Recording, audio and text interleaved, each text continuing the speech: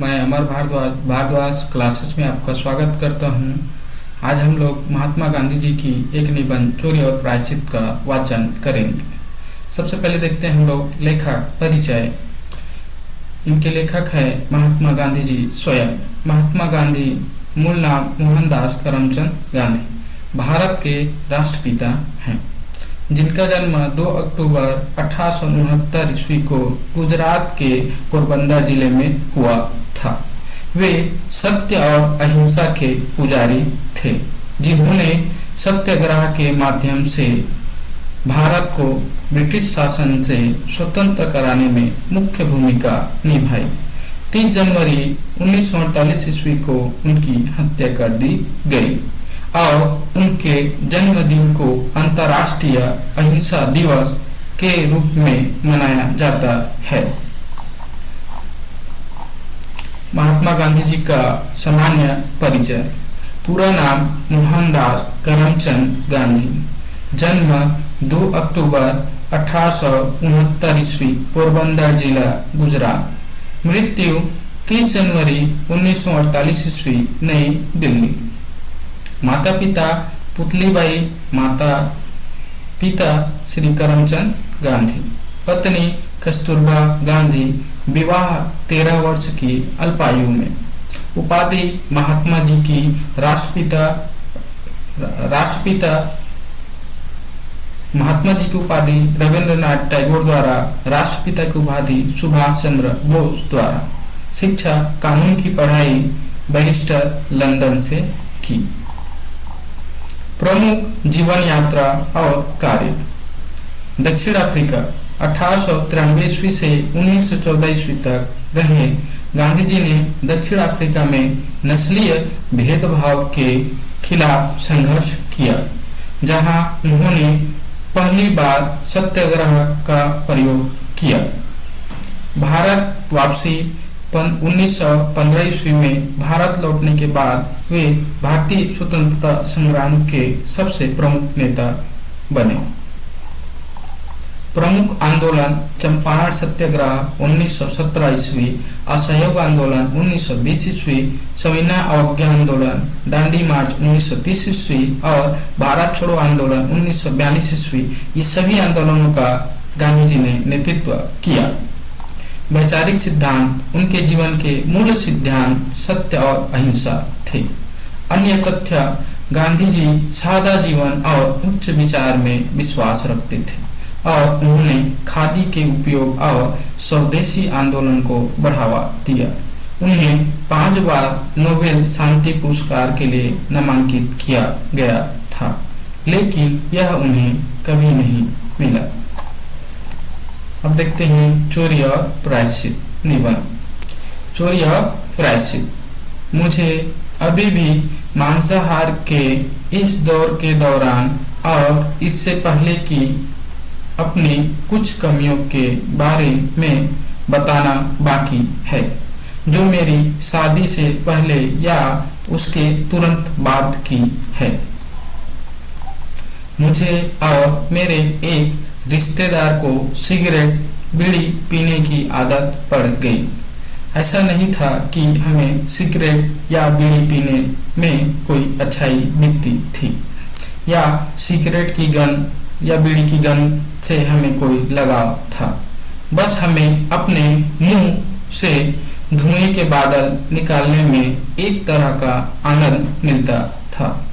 मेरे चाचा को सिगरेट बीड़ी पीने की आदत थी और जब हमने उन्हें सिगरेट या बीड़ी पीते देखा तो हमने भी उनकी नकल करने को सोचा, लेकिन हमारे पास पैसे नहीं थे, इसलिए हमने चाचा द्वारा फेंकी गई सिगरेट या बीड़ी की बची हुई कड़ियां चुराना शुरू कर दिया। लेकिन टहनियों के ठूठ हमेशा उपलब्ध नहीं होते थे और उनसे ज्यादा धुआं भी नहीं निकलता था, इसलिए हमने नौकर की जेब से सिक्के चुराना शुरू कर दिया ताकि हम सिगरेट खरीद सकें। लेकिन समस्या यह थी कि उन्हें कहाँ रखें। जाहिर है बड़ों के सामने हम सिगरेट या बीड़ी नहीं पी सकते थे। जैसे तैसे हमने कुछ हफ्तों तक इन चुराए हुए सिक्कों से काम चलाया। इसी बीच हमें पता चला कि एक खास पौधे के तने छिद्रयुक्त होते हैं और उन्हें सिगरेट या बीड़ी की तरह पिया जा सकता है। हमने उन्हें ले लिया और इस तरह सिगरेट पीना शुरू कर दिया। लेकिन हम इन सब बातों से संतुष्ट नहीं थे। हमारी आजादी की चाह हमें कचोटने लगी। बड़ों की इजाजत के बिना कुछ भी न कर पाना आसानी था। आखिरकार घोर निराशा में आकर हमने आत्महत्या करने का फैसला कर लिया। लेकिन हम ये कैसे करते? हमें जहर कहाँ से मिलता? हमने सुना था कि धतूरे के बीज बहुत असरदार जहर होते हैं। हम इन बीजों की तलाश में जंगल की ओर चल पड़े और हमें बीज मिल गए। शाम का समय शुभ माना जाता था। हम केदार जी मंदिर गए। मंदिर के दीपक में घी डाला, दर्शन किए और फिर एक सुनसान जगह ढूंढने लगे। लेकिन हमारा साहस जवाब दे गया। मान लीजिए कि हम तुरंत नहीं मरे और खुद को मारने का क्या फायदा? क्यों न हम आजादी के अभाव को ही सह लें। फिर भी हमने 2-3 बीज निकल लिए और ज्यादा लेने की हिम्मत नहीं हुई। हम दोनों मौत से डरते रहे और खुद को शांत करने और आत्महत्या का विचार मन से निकालने के लिए राम जी मंदिर जाने का फैसला किया। मुझे एहसास हुआ कि आत्महत्या करने के बारे में सोचना जितना आसान है उतना आसान आत्महत्या करना नहीं है। और तब से जब भी मैंने किसी को आत्महत्या की धमकी देते सुना है तो इसका मुझ पर बहुत कम या बिल्कुल भी असर नहीं हुआ है। आत्महत्या के विचार के परिणाम स्वरूप अंततः हम दोनों ने सिगरेट या बीड़ी के टुकड़े पीने की आदत और धूम्रपान के उद्देश्य से नौकर के सिक्के चुराने की आदत को अलविदा कह दिया।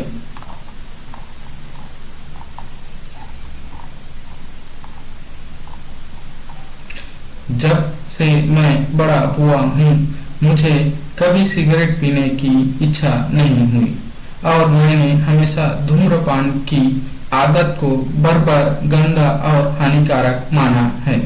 मुझे कभी समझ नहीं आया कि पूरी दुनिया में धूम्रपान के प्रति इतना जुनून क्यों है। धूम्रपान करने वाले लोगों से भरे डब्बे में यात्रा करना मेरे लिए आसानी हो जाता है। मुझे घुटन होने लगती है। लेकिन इस चोरी से कहीं ज्यादा गंभीर वह चोरी थी जो मैंने कुछ समय बाद की। मैंने 12 या 13 साल की उम्र में, शायद उससे भी कम उम्र में, तांबे के सिक्के चुराए थे। दूसरी चोरी मैंने 15 साल की उम्र में की थी। इस बार मैंने अपनी मांसाहारी भाई के बाजूबंद में से थोड़ा सा सोना चुरा लिया था। उस भाई पर करीब 25 रुपए का कर्ज था। उसके बाजू में ठोस सोने का बाजूबंद था। उसमें से थोड़ा सा सोना निकालना मुश्किल नहीं था। खैर काम हो गया और कर्ज चुक गया। लेकिन यह मेरे लिए आसानी हो गया। मैंने ठान लिया कि मैं फिर कभी चोरी नहीं करूंगा। मैंने अपने पिता को सब कुछ बताने का भी मन बना लिया, लेकिन बोलने की हिम्मत नहीं हुई। ऐसा नहीं था कि मुझे अपने पिता की मार से डर लग रहा था। नहीं, मुझे याद नहीं कि उन्होंने कभी हम में से किसी को पीटा हो। मुझे डर था कि मैं उन्हें कितना दुख पहुंचाऊंगा, लेकिन मुझे लगा कि जोखिम उठाना ही पड़ेगा, कि बिना कबूल किए मन का शुद्धि नहीं हो सकती। अंततः मैंने अपना अपराध स्वीकार करने का निश्चय किया, उसे अपने पिता को सौंपने और उनसे क्षमा मांगने का। मैंने उसे एक पर्ची पर लिखा और स्वयं उन्हें दे दिया। इस पत्र में मैंने न केवल अपना अपराध स्वीकार किया, बल्कि उसके लिए उचित दंड की मांग भी की और उनसे निवेदन किया कि वे मेरे अपराध के लिए स्वयं को दंडित न करें। मैंने भविष्य में कभी चोरी न करने का वचन भी दिया। जब मैंने अपने पिता को वह पत्र सौंपा तो मेरे हाथ कांप रहे थे। उस समय वे फिस्टूला से पीड़ित थे और बिस्तर पर पड़े थे। उनका बिस्तर लकड़ी का एक साधारण तख्ता था। मैंने उन्हें पत्र दिया और तख्ते के सामने बैठ गया। उन्होंने उसे पूरा पढ़ा और उनकी आंखों से आंसू बहने लगे, जिससे कागज भीग गया। एक पल के लिए वे सोच में डूबे रहे और फिर उन्होंने उस नोट को फाड़ दिया। वे उसे पढ़ने के लिए बैठे थे, फिर वे लेट गए। मैं भी रो पड़ी। मैं अपने पिता के पीड़ा देख सकता था। अगर मैं चित्रकार होता तो आज भी उस पूरे दृश्य का चित्र बना सकता था। वह दृश्य आज भी मेरे मन में एकदम स्पष्ट है। प्रेम की उन मोतीनुमा बूंदों ने मेरे हृदय को शुद्ध किया और मेरे पापों को धो डाला। ऐसा प्रेम केवल वही जान सकता है जिसने इसका अनुभव किया हो। जैसा कि भजन में कहा गया है, प्रेम के बाणों से घायल होने वाला ही इसकी शक्ति को जानता है। मेरे लिए यह अहिंसा का एक जीता जागता उदाहरण था। तब मुझे इसमें पिता के प्रेम के अलावा कुछ और नहीं दिखा, लेकिन आज मैं जानता हूँ कि यह शुद्ध अहिंसा थी। जब ऐसी अहिंसा सर्वव्यापी हो जाती है तो वह अपने संपर्क में आने वाली हर चीज को बदल देती है। इसकी शक्ति की कोई सीमा नहीं है। मेरे पिता के लिए इस तरह की परम क्षमा स्वाभाविक नहीं थी। मैंने सोचा था कि वे क्रोधित होंगे, कठोर शब्द कहेंगे और अपना माथा पीटेंगे, लेकिन वे अत्यंत शांत थे और मेरा मानना है कि यह मेरे सच्चे पश्चाताप के कारण था। सच्चे पश्चाताप के साथ साथ भविष्य में कभी पाप न करने का वादा जब उसे स्वीकार करने के योग्य व्यक्ति के समक्ष किया जाता है तो यह पश्चाताप का सबसे शुद्ध रूप है।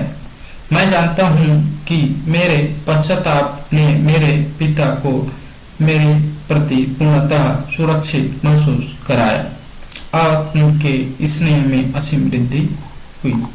यह था दोस्तों चोरी और प्रायश्चित का व्याख्यान वाचन। वीडियो पसंद आए तो लाइक कीजिए, कमेंट कीजिए और मेरे चैनल को सब्सक्राइब कीजिए। धन्यवाद।